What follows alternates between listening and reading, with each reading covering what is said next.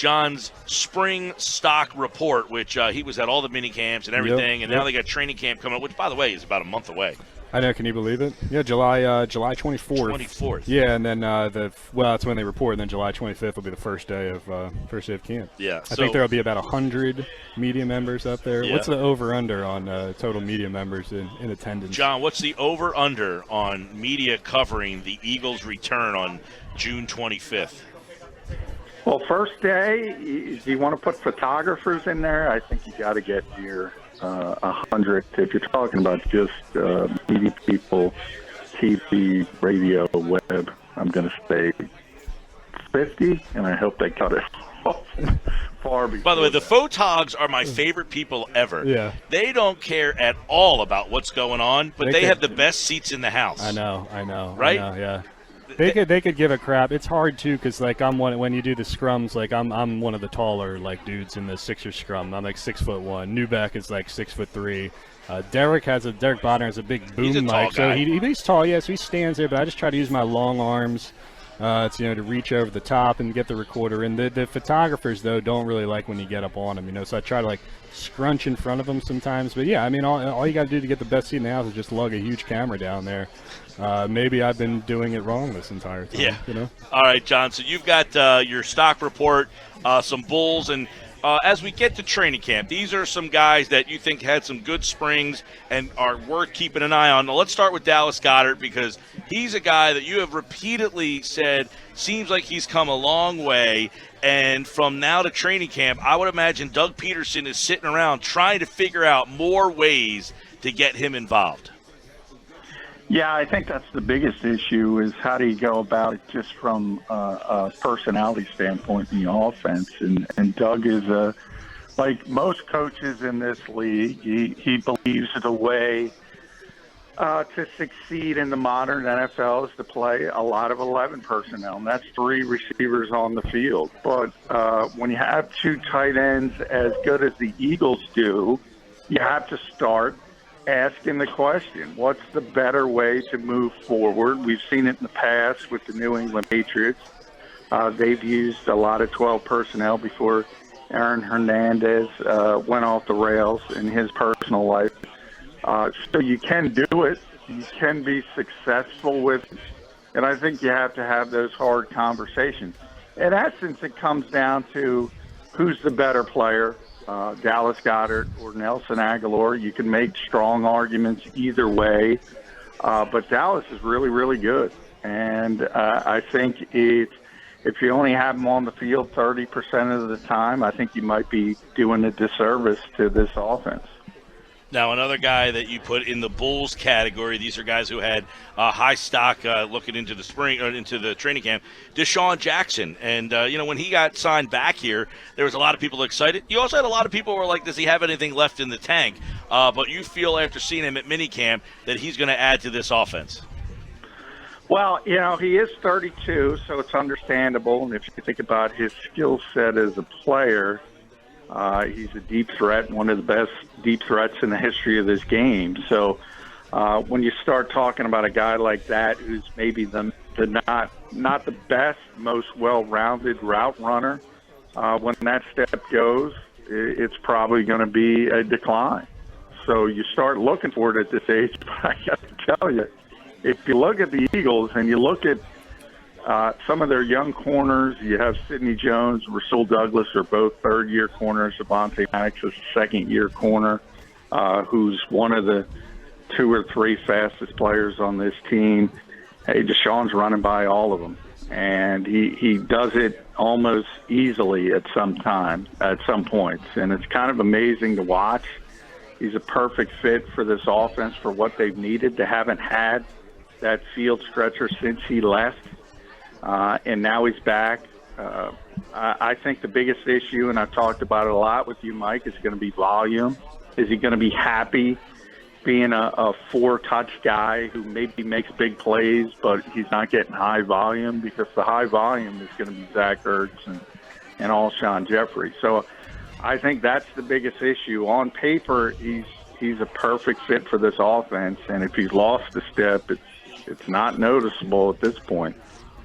Yeah, it seems that, even when they had Torrey Smith, just having Torrey Smith out there, even though he didn't do much, was enough to kind of open things up for other guys. And DeSean, you would say, is significantly an upgrade to Torrey Smith.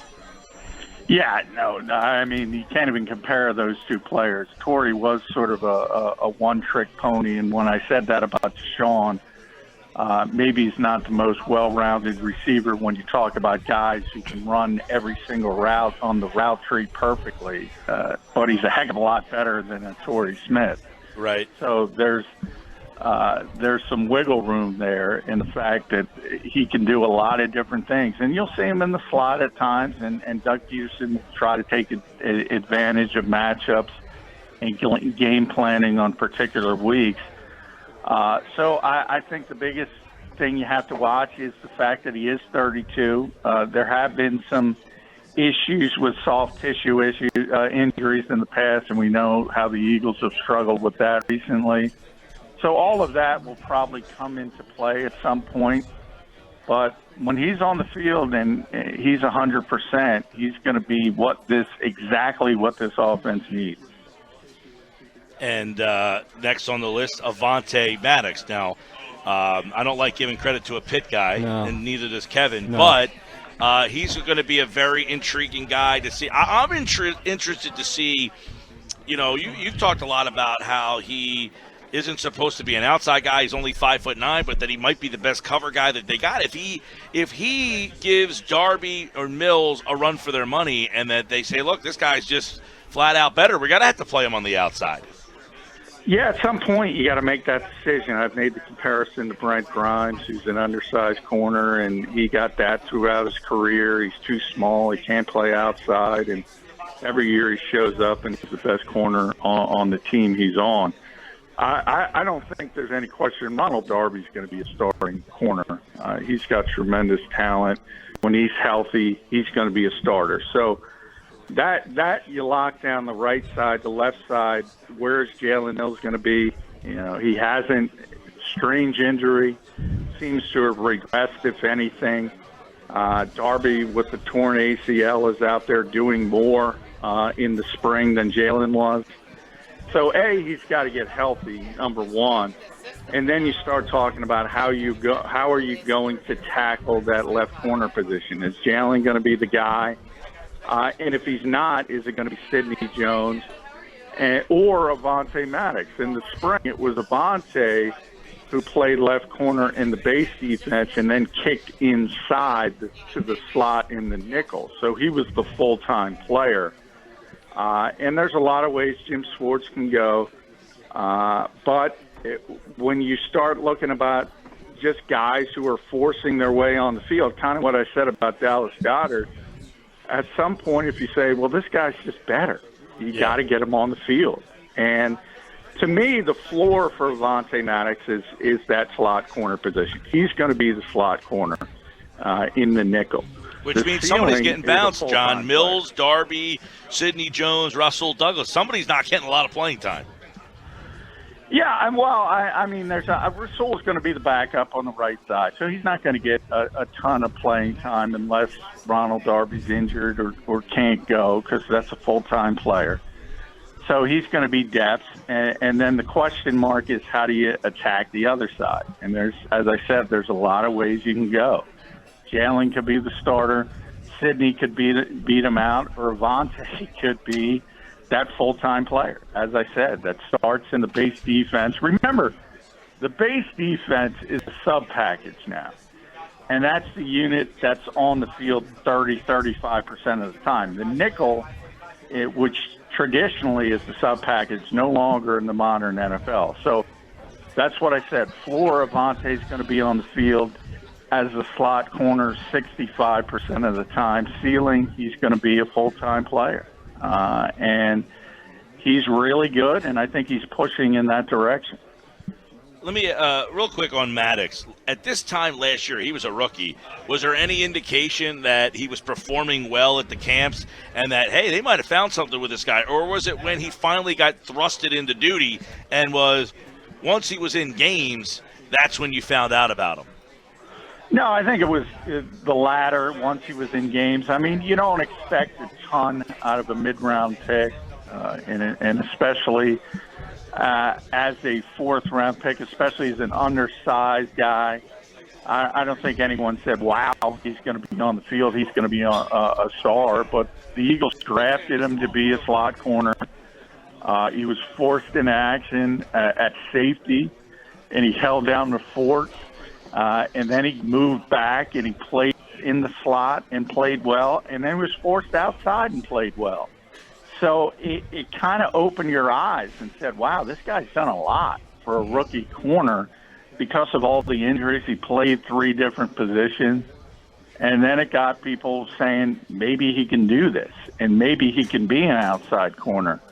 There are going to be issues with the size at times. I mean, when you're talking about players like Julio Jones and receivers like that who are just so big and so strong, they're going to be able to take advantage of a 5'9" guy. But that's everywhere in the NFL, and they're bigger and stronger receivers like that. Mike Evans is another one than any corner in this league. So Now, I think at some point you say, what's the difference between 5'9" and 5'11" if the guy can cover?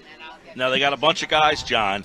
Based on the injury issues they had last year, do they get like gun shy on thinking about moving one of these guys in training camp? You know what I mean? Like, hey, last year we had such a problem that even if we get a good offer for one of these guys, we're not moving one of these guys. Well, I think they should be gun shy about it because I think you do need more corners in the modern game. I just talked about it from the offensive standpoint.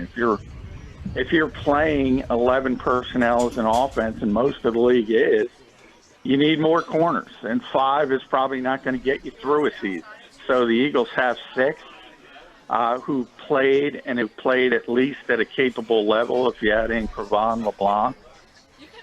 So I don't think you look at it and say we got to trade one of these guys, because it's also a position where you kind of know, best case, you're going to lose a couple games here and there to a hamstring.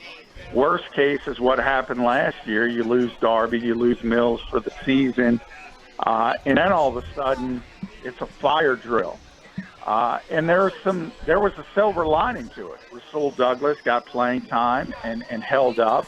Avante got playing time and held up. Cravon got playing time and held up. So all of a sudden you get valuable experience for those guys. And we're not even talking about Sidney Jones as well. I think in today's NFL, you need a lot of bodies at that position. All right, another guy you thought was a bull was a guy that most people don't like. When you hear Vaitai, it's typically you get a bad reaction. But they won the Super Bowl with him playing left tackle, but now he might be playing a new position, and he might actually be pressed into duty. But that might not be a bad thing. It seems that Vaitai is serviceable enough and had a good spring. Yeah, and I think that serves kind of 2 masters, the Eagles moving them there. You do have to be cognizant of the fact that Brandon Brooks may not be ready for week 1. That's his goal, to be ready, but he got hurt in the playoffs in January, and it's a torn Achilles for a 350-pound guy. That's a tough time frame to say he's going to be 100% week 1 in September. So I think the Eagles were able to do a couple things and increase the versatility and show the rest of the league that Halapoulivaati Vaitai can play inside. As you mentioned, people can rip him all they want as a tackle, but he proved good enough by definition to win a Super Bowl with. Right. So, and then we talk all the time. We've been talking about a lot about other teams, whether it's Seattle or Minnesota or Houston, even good teams that have bad offensive lines. So this is a league with a dearth of offensive linemen, and a lot of teams need them. And he's at least a starting level player in this league on a lot of bad offensive lines. So if Brandon is ready, you know what you have in Stefan Wisniewski as an interior backup. All of a sudden, you might be able to trade Vaitai for an asset. And if you need him, he's there to play. So I think it works both ways for the Eagles. Okay, the last guy we're going to look at today is Josh Sweat. Now, you write, if you ask Hollywood to cast an NFL edge rusher, this is the guy they might pick out right here. So should he be someone that we're excited about, or is he Mr. Lehigh? Is he the guy that, you hear a lot in training camp? Who was that? Hank Baskett was a Mr. Lehigh? You have any other Mr. Lehigh? There's no more Mr. Lehigh anymore. That's true. You got no more Mr. There's always Mr. Closed Practices. Yeah, Mark and Michelle was maybe that guy this spring. Mr. Novacare as a guy who opened people's Mr. eyes. Novacare. It's not supposed to be relevant, but all of a sudden looked really, really good. We'll see once the pads go on. But Josh, hey, if you go back, he was one of the top recruits in the country going into college at Florida State. And he had this catastrophic knee injury that almost ended his career. So, that's always going to be an issue. He's always got to play with the brace on, but he does. Size-wise, he's long, he's lanky, he's powerful. He's everything you look for in an edge rusher. And I do think it's more than just being a training camp guy or something like that. He's got a lot of ability. He probably would have transcended out to be a first-round pick if that injury never happened. That's how much talent he has. So if you start talking about who's going to be Chris Long, who's going to be that rotational player that can play maybe 40% of the time if everything works out well for the Eagles, he could be that guy. I do think you have to limit his snaps. You have to be wary of what's going to be probably an issue throughout his career with the knee. But as a rotational player, I think he's got a real chance to develop into a difference maker. And if you're talking about a third down pass rusher, if he develops some of that technique and veteran savviness, and you marry it to his physical gifts, the Eagles might have something. Well, they have Joe Ostman. He can't surpass him, right? Well, Joe's another guy. Joe's the exact opposite of Josh Sweat. Joe is undersized. He just works as a you-know-what off, and he opens the coaching staff's eyes. You've heard Howie Roseman. You've heard Doug Peterson talk about him. He just works harder than everybody else, but he's got some limitations. As a 6'2" guy, he's really probably 6'1", and he's got to work and work and work to get to be 260. Right. So he's undersized. Whereas Josh is, as I said, if you're making a football movie and you say, well, we need an edge rusher, they're going to show up with Josh Sweat, 6'4", lanky, powerful. So that's kind of the exact opposite. John McMullen, Football at 4. If you haven't subscribed to the YouTube channel, make sure you do. Over 60,000 listeners last week to our Football at 4 segment and growing. And there hasn't been a snap since February, and there won't be a snap for at least another month. But Football at 4 lives on. Tomorrow we'll get into the Bears, some of the issues going into training camp. We'll have that on tomorrow's show. If you want to get a sneak peek at them, go to 973ESPN.com. Follow John on Twitter at JFMcMullen. John, there's a seat at the bar. We're sitting on the water. We're running out of tables, but the beer is flowing. The food is coming, my man. Yeah, enjoy the draft. No more top 5. That's a good thing. That's a bad thing. That's right. All right, John McMullen here on the Sports Bash. Thank you, pal. All right, thanks, guys.